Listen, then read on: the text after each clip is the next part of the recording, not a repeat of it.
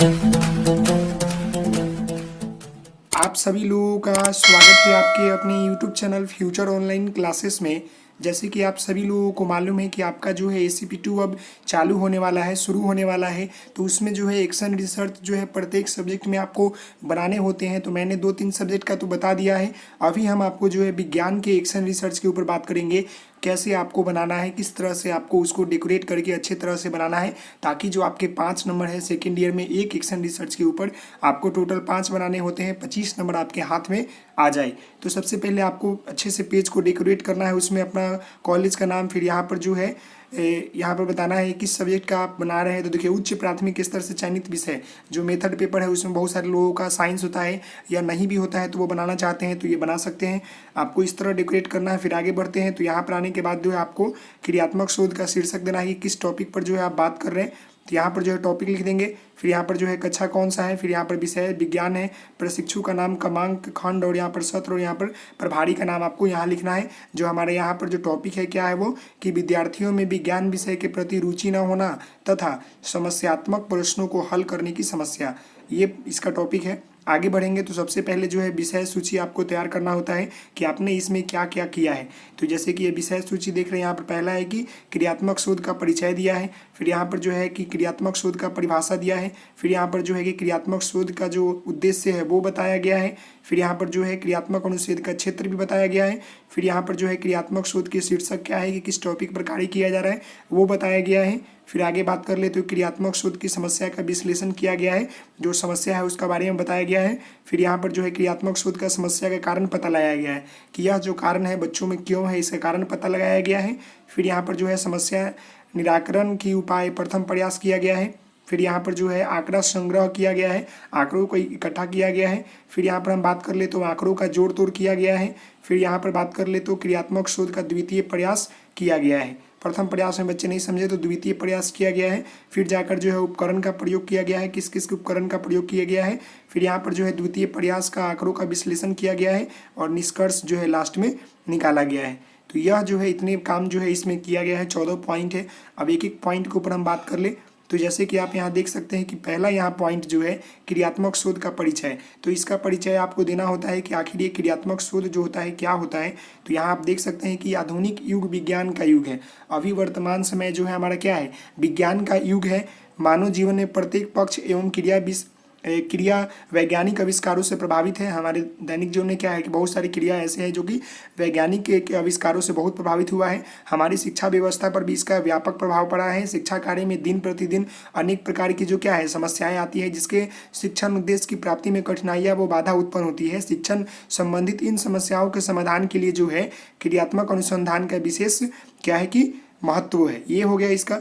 आगे बढ़ते हैं तो इसके बारे में यहाँ पर देखिए लिखा हुआ है कि क्रियात्मक अनुसंधान एक ऐसी प्रक्रिया है जिसके द्वारा शिक्षण में आने वाली समस्याओं का वैज्ञानिक ढंग से अध्ययन करके उसका समाधान किया जाता है। क्रियात्मक अनुसंधान शिक्षण समस्याओं की कार्य प्रणाली में सुधार एवं परिवर्तन लाने के लिए जो है एक सराहनीय प्रयास है। समझ गए। जो एक्शन रिसर्च होता है, जो क्रियात्मक अनुसंधान जो हम लोग कार्य करते हैं, वो एक प्रकार का जो है शिक्षण में आने वाली समस्याओं को वैज्ञानिक ढंग से जो है क्या होता है कि जो भी हमारे शिक्षण विधि में समस्या आती है उसको वैज्ञानिक ढंग से जो है अध्ययन करके उसका समाधान किया जाता है। साथ ही साथ जो है कार्य प्रणाली में सुधार एवं परिवर्तन लाने के लिए जो है हम लोग एक्शन रिसर्च का प्रयोग करते हैं। ये बातें आपको समझ में आ गई। अब हम जो है दो नंबर पर बात कर ले तो यहाँ पर जो है आपको क्रियात्मक अनुसंधान की परिभाषा कोड के अनुसार और यहाँ पर गुड्स के अनुसार। देखिए, क्रियात्मक शोध वह प्रक्रिया है जिसके द्वारा व्यवहारिक कार्यकर्ता वैज्ञानिक ढंग से जिसके अपनी समस्या का अध्ययन करते हैं, निर्णय लेते हैं, क्रियाओं में निर्देश व सुधार का मूल्यांकन करते हैं। ये हो गया। गुड्स के अनुसार क्रियात्मक अनुसंधान शिक्षकों, निरीक्षकों एवं प्रशासकों द्वारा अपने कार्य एवं नियमों की गुणात्मक उन्नति के लिए प्रयोग किए जाते हैं और उसका अनुसंधान करते हैं। ये बातें हो गया कोड के अनुसार और यहाँ पर गुड्स के अनुसार। ये दो बातें आप लिख सकते हैं, एक भी लिखेंगे चलेगा, कोई दिक्कत नहीं है।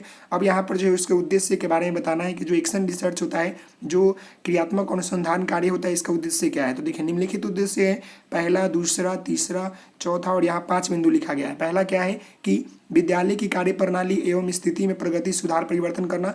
दूसरा है कि छात्रों के निष्पत्ति स्तर पर आकांक्षा स्तर में वृद्धि करना। तीसरा क्या है कि विद्यालय में प्रशासनों एवं प्रबंधों को विद्यालय की कार्य प्रणाली में सुधार करने के लिए सुझाव देना। चौथा है कि शिक्षक, प्रधानाचार्य, प्रबंधन, निरीक्षण तथा अन्य कार्यकर्ताओं में वैज्ञानिक दृष्टिकोण का विकास करना। पांचवा है छात्रों की रुचि, आवश्यकताओं एवं योग्यताओं के अध्ययन करने शिक्षण पद्धति में परिवर्तन एवं सुधार करना, या किसी भी समस्या समाधान के लिए वैज्ञानिक ढंग को मतलब लागू करना। ये जो है इसका मुख्य उद्देश्य है, समझ गए। अब इसके हम क्षेत्र की बात कर ले तो क्षेत्र भी जो है इसका निम्नलिखित है। पहला यहाँ पर है कि कक्षा शिक्षण की विधियाँ, प्रविधियाँ तथा युक्तियों में सुधार एवं इसका प्रयोग करते हैं। दूसरा कि शिक्षण में प्रयुक्त होने वाली सहायक सामग्री की उपयोगिता के संबंध में निर्णय लेने के लिए इसका प्रयोग करते हैं कि हमें कौन से शिक्षण सहायक सामग्री का प्रयोग करना चाहिए किस टॉपिक को पढ़ाने में। अगला यहाँ पर है कि छात्रों की रुचि, ध्यान, इच्छा, तत्परता एवं जिज्ञासा में वृद्धि के लिए इसका प्रयोग किया जाता है। अगला आपका जो है वाचन एवं वर्तनी संबंधित त्रुटियों आदि समस्याओं के समाधान के लिए इसे प्रयुक्त करते हैं। यह आपका 4 हो गया। 5 की बात कर ले तो विद्यालय में संगठन एवं प्रशासन से संबंधित समस्याओं के समाधान के लिए इसे प्रयुक्त किया जाता है। तो ये क्या हो गया, इसका क्षेत्र हो गया।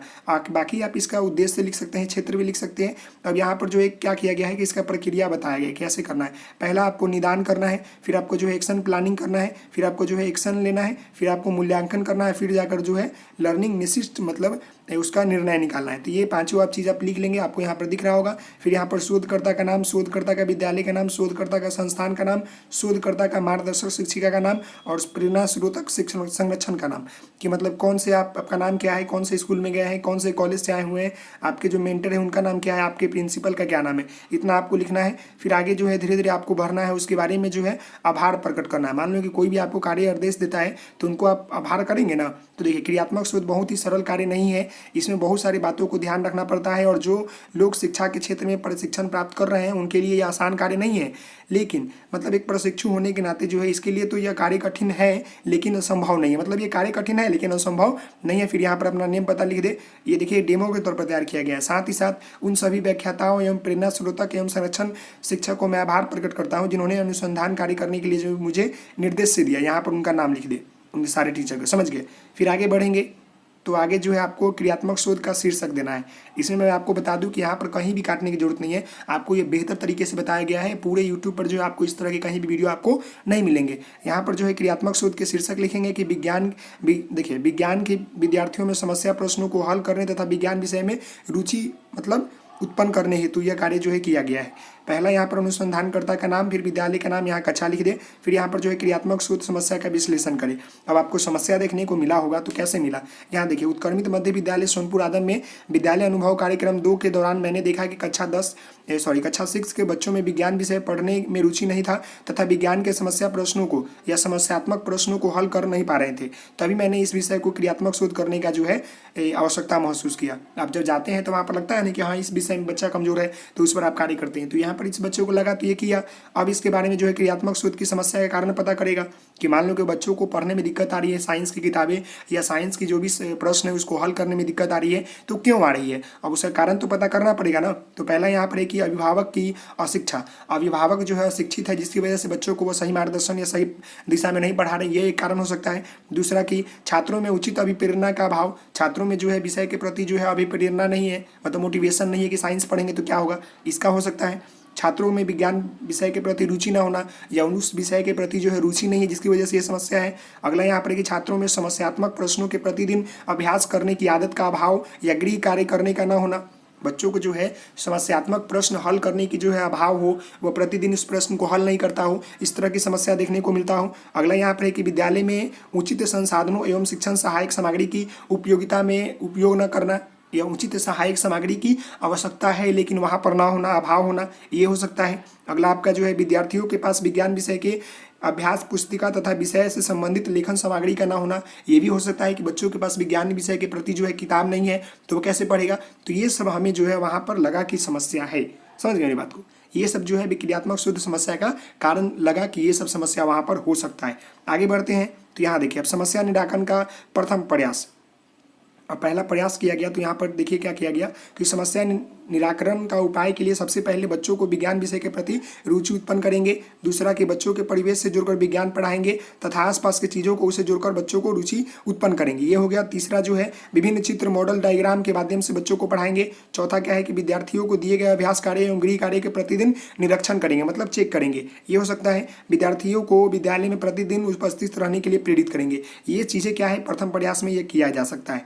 अब यहाँ देखिए, अब यहाँ पर लिखा गया है कि मतलब किया गया ये सब बातें।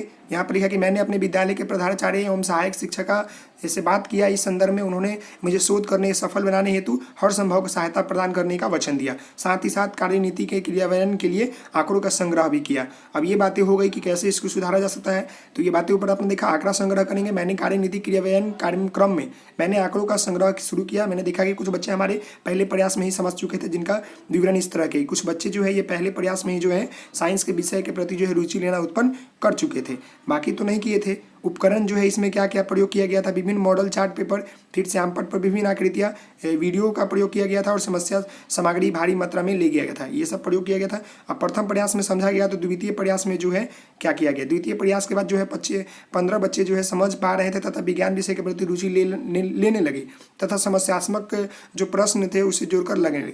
आंकड़ा नहीं समझने वाले प्रथम प्रयास में 60% घटकर जो है 20% आ गया। समझ गए। पहले मतलब स्थिरता क्या था कि 60% बच्चे नहीं समझ रहे थे और 40% बच्चे समझ रहे थे। दूसरा प्रयास में क्या हुआ कि 98% बच्चे समझे और 2% बच्चे नहीं समझे। ये हो गया प्रथम प्रयास की स्थिति, द्वितीय प्रयास की स्थिति। अब यहाँ पर निर्णय निकला क्या कि प्रथम और द्वितीय प्रयास फलस्वरूप निष्कर्ष निकला कि जो बच्चे विज्ञान विषय के प्रति रुचि नहीं ले रहे थे वे अब रुचि लेने लगे तथा समस्यात्मक प्रश्न को भी हल करने लगे एवं विज्ञान के महत्व को, आवश्यकता को दैनिक जीवन में बच्चे समझने लगे और उसका उपयोग करने लगे। तो ये इसका निर्णय लिखा। आंकड़ों को जोड़ तोड़ किया गया। अब यहाँ पर जोड़ तोड़ भी कर सकते हैं, वो चाहेंगे तो इसके पहले भी कर सकते हैं। कुल बच्चों की संख्या 25 थी पहले प्रयास में, जब 10 बच्चे समझे, नहीं समझने वाले बच्चे 15 थे और पहले प्रयास के बाद रुचि लेने वाले प्रश्नों की संख्या। तो देखिए कुल जीव जगत के जाने वाले बच्चों और यहाँ पर कुल बच्चों की संख्या गुने 100, 10 गुने 25 बाई 100 करेंगे तो यहाँ पर 40%। तो यही बातें यहाँ पर की गई है। समझ गए। शोध करने के पूर्व की स्थिति क्या थी कि 92% बच्चे नहीं समझ रहे थे। प्रथम प्रयास में 40% बच्चे समझे, द्वितीय प्रयास में 98% बच्चे समझ गए। तो ये बातें यहाँ पर हो गया। फिर यहाँ देखिए क्रियात्मक शोध का द्वितीय प्रयास किया गया। तो यहाँ पर देख रहे हैं पहले प्रयास मुझे आशा था कि अनुरूप सफलता प्राप्त नहीं हुई, लेकिन 15 बच्चे नहीं समझ पाए थे। फिर मैंने उन सभी बच्चों के लिए जो है कार्यनीति तैयार किया, निर्धारण किया। हमने बच्चों को फिर से रुचि उत्पन्न कराने एवं समस्यात्मक प्रश्न को हल करने के लिए प्रेरित किया। सभी पहलुओं का प्रयास होने के बाद आंकड़ों का जोड़ तोड़ किया तो विश्लेषण किया गया। तो ये बातें जो है आप लिख सकते हैं इसमें। इस तरह से जो है आप आसानी से बच्चों को बता सकते हैं। ये जो है आपका निकला हुआ है। और ये जो है पेज थोड़ा अदल बदल गया है। जो यहाँ पर ये पहली पेज आएगा ये वाला, आप देख लीजिएगा 7 नंबर पेज ये है, बाकी आपका 8 नंबर पेज ये है। ये देखिए थोड़ा सा ये जो यहाँ से आप देखें, मैं आपको बता दूं कि जो यहाँ पर आंकड़ों का संग्रह किया गया है 9 नंबर, तो उसके बाद आप जो है ये नहीं देखिएगा, 12 13 देख नहीं, गलती से आ गया है तो मैं यहाँ पर बता दिया हूँ। उसके बाद 9 नंबर के बाद क्या हुआ था कि आंकड़ों का जोड़ तोड़ किया गया। ये पहला प्रयास है, दूसरा प्रयास किया गया, फिर क्रियात्मक शोध का द्वितीय प्रयास किया गया और तब जाकर जो है यहाँ पर आपको जो है मैं आपको बता दूँ कि इसकी जो है उपकरण का प्रयोग किया गया, द्वितीय प्रयास का आंकड़ों का विश्लेषण किया गया और यहाँ पर जो है निष्कर्ष ये निकला कि सभी बच्चे जो है समझने लगे।